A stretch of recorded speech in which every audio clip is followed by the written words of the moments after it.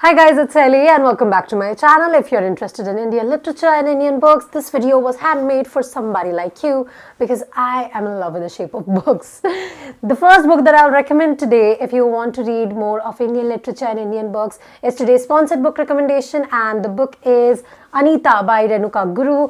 This is a book about a Scottish girl who is adopted into an Indian family. So there's this concept of adoption, which is something that I really want to read about more in books, because adoption is really extremely necessary nowadays to combat the population problem as well. But that's not the central theme of this book. The central theme of this book is sort of adapting to new things, sort of being subjected to new areas of life that you thought will probably greet you with only happiness, but then discovering that okay, there are other things as well, but you have to fight it, you have to adapt yourself to the circumstances, and you become stronger than ever. I highly suggest this book also because the language of Renuka Guru's writing style is very beautiful. She is an MA in English literature, so I can understand why the language is so good. Personally, I really love reading books with good language more than I like reading books with good plot. I think language is more important to me than the plot.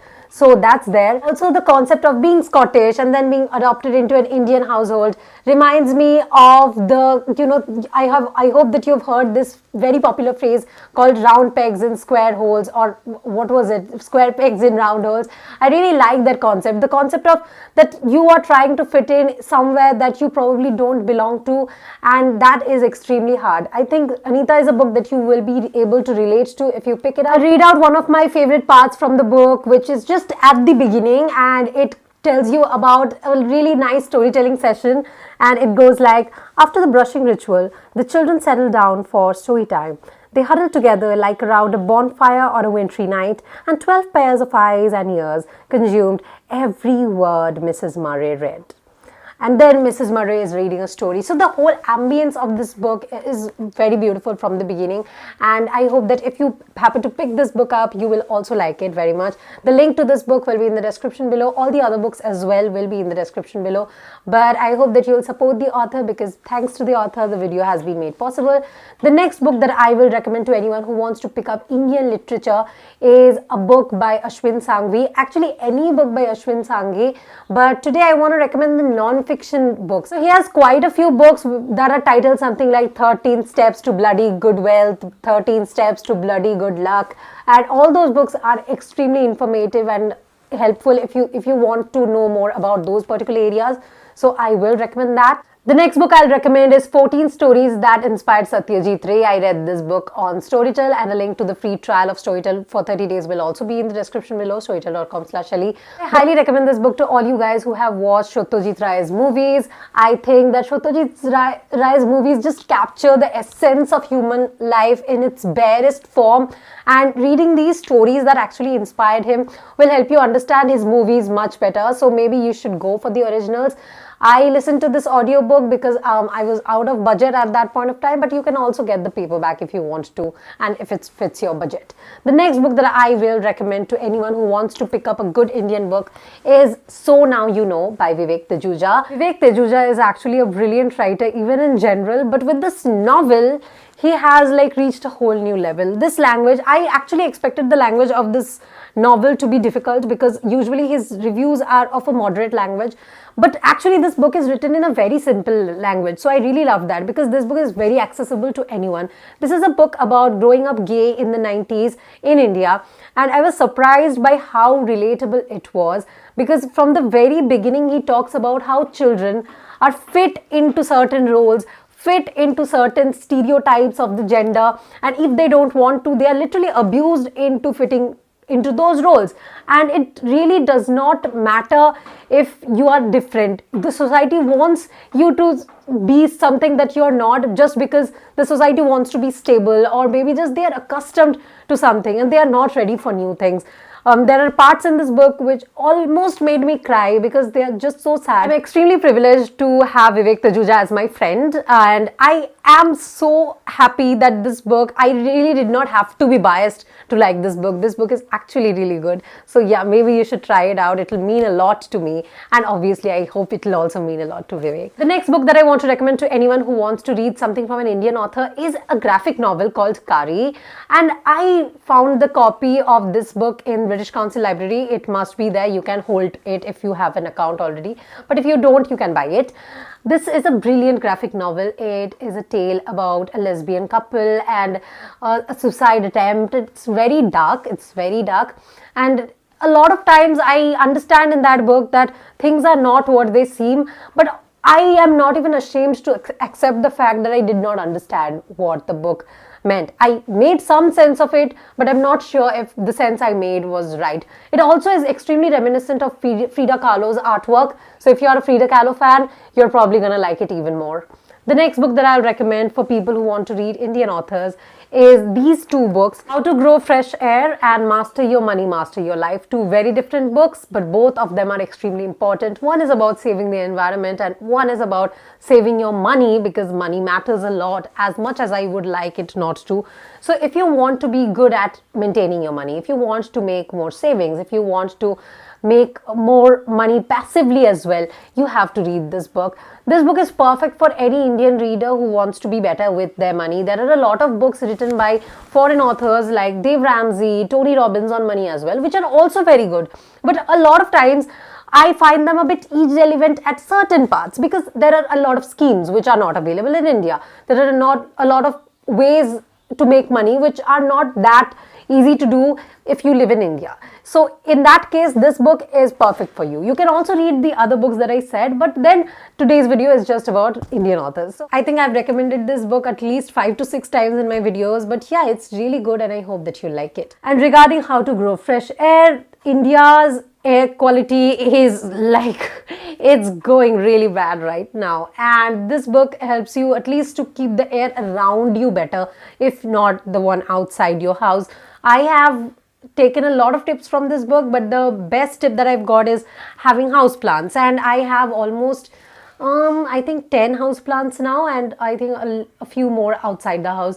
And I really love my plants. I think plants are very therapeutic. Plants have taught me to be more patient. Plants and shares, these two things have taught me to be more patient, and I think that is very important, a very important value for life in general. Next book that I'll recommend, and this is for people who are ready to read a bit of a difficult language, and this is Nectar in a Sieve by Kamala Markandeya.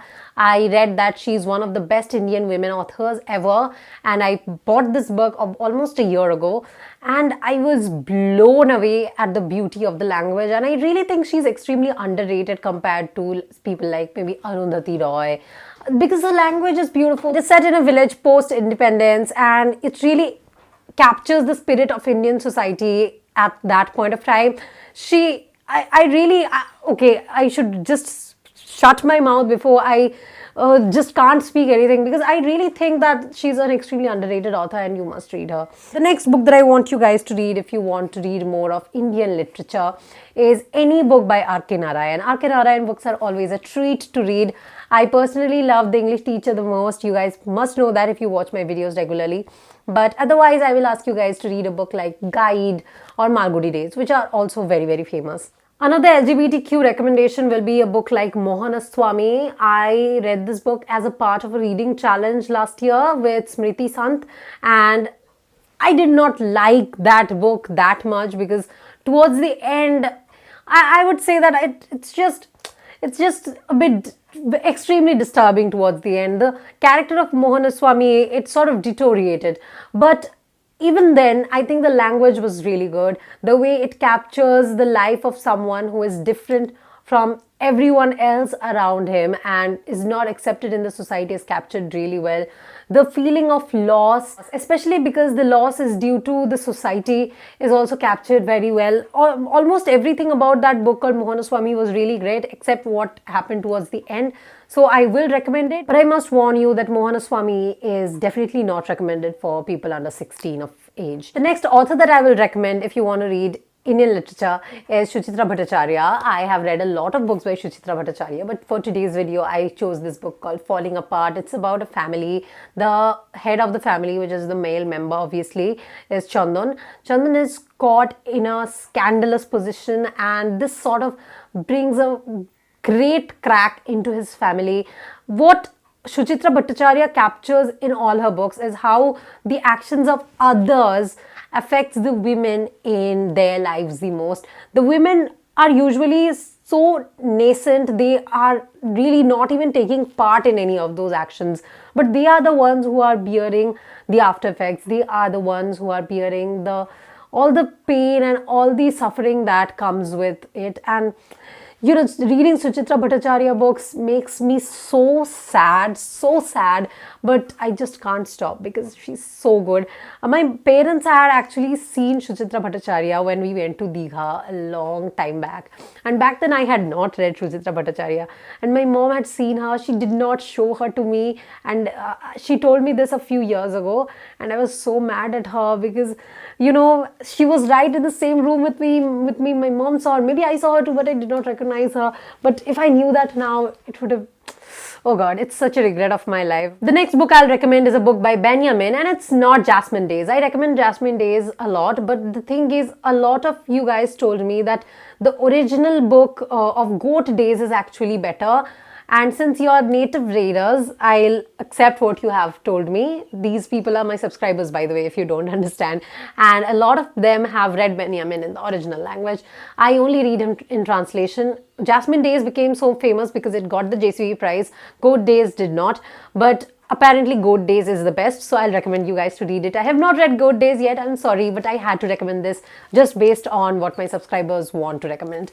The next book that I want to recommend is called Ghachar Ghochar by Vivek Shanbag. What a brilliant book. I'll never understand the ending. The author himself does not want to understand the ending, like help you understand the ending. But I will like to think that, okay, I should not probably say it, okay, but if you have read Ghachar Ghochar as yet, please comment below and we can have a conversation on the same. The next book I'll recommend is Ruskin Bond's books. This book is Night Train at Deoli. It's a collection of a lot of short stories, and I love short stories by Ruskin Bond. They are so beautiful, written so well. There's a breezy quality about it. There's a strange sense of loss, but not a sad sense. It's like a merry sense of loss. I can't even describe how beautiful Ruskin Bond's books feel. I can literally feel his writing on my skin when I read his books, and it's one of a kind. You should read Ruskin Bond if you want to read Indian literature. Next book is the book that I'm reading right now, and it's called All the Lives We Never Lived by Anuradha Roy, and I'll just read a little bit out from the very first page. In my childhood, I was known as the boy whose mother had run off with an Englishman. The man was in fact German, but in small town India in those days, all white foreigners were largely thought of as British.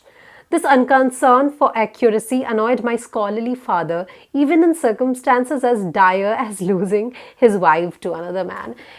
It's so dark, it's funny, but it's sad. And I don't think writers do that very well these days. So kudos to Anuradha Roy. I have not finished this one yet, but I hope that I'm gonna like it. And yeah, that will be all for today's book recommendations, guys. You can also pick up books by authors like Amish, Perumal Murugan, Upamanyu Chatterjee. If you want to read more of Indian literature, Salman Rushdie, Arundhati Roy, but these are like very, very famous authors, and I wanted to mention some others because, you know, why give only a few people the attention all the time.